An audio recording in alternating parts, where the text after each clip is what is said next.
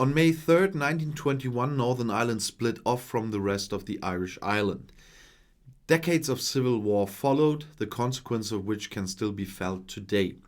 On the 100th anniversary of Northern Ireland, Queen Elizabeth II recognized the efforts of many people for the peace process in the region. It is clear that reconciliation, equality and mutual understanding cannot be taken for granted and require further sustained steadfastness and commitment, wrote the Queen in a message published on Monday. The peace process in the region is the merit of a generation of politicians and people who had the courage and the vision to put reconciliation over division, stressed the Queen. Most recently, tensions in the region increased again, among other things due to the new rules for trade with Great Britain that were created by Brexit. New to Britain, not new rules in general. British Prime Minister Boris Johnson also paid tribute to the anniversary. He said, "It is important that we pause to think about the complex history of the past 100 years, he wrote on Twitter.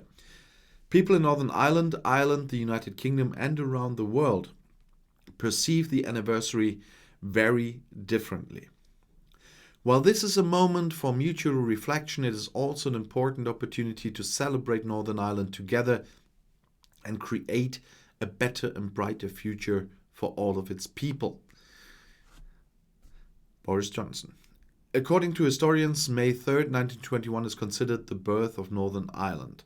On that date, the law that manifested Northern Ireland's secession from the rest of the Irish island came into force. Unlike Ireland, which split into an independent republic in 1922, Northern Ireland has remained British ever since.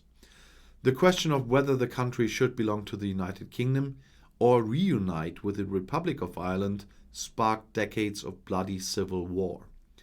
The Brexit gives Northern Ireland a specific status because, unlike the rest of the UK, it continues to be part of the EU internal market.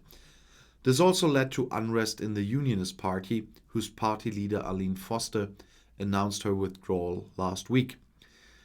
Several colleagues from the Unionist Democratic Unionist Party, the DUP, had criticized Foster for her role in the Brexit negotiations and accused her of not having put enough pressure on London.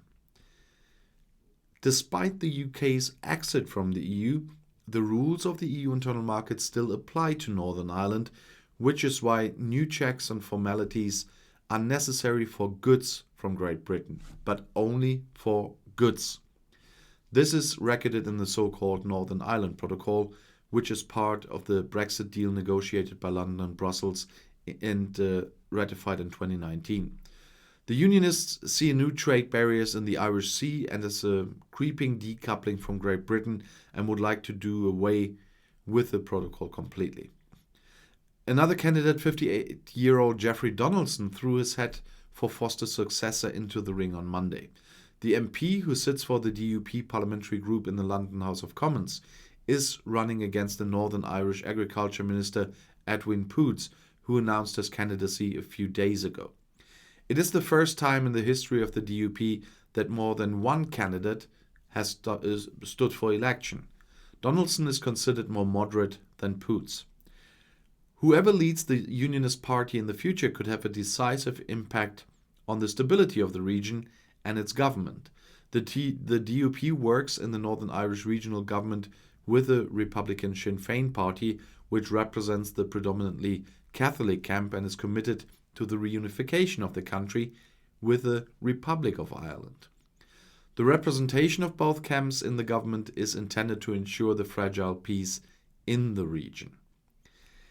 While the anniversary is an important event for the Unionist camp in Northern Ireland, the Republican nationalist camp sees no reason to celebrate.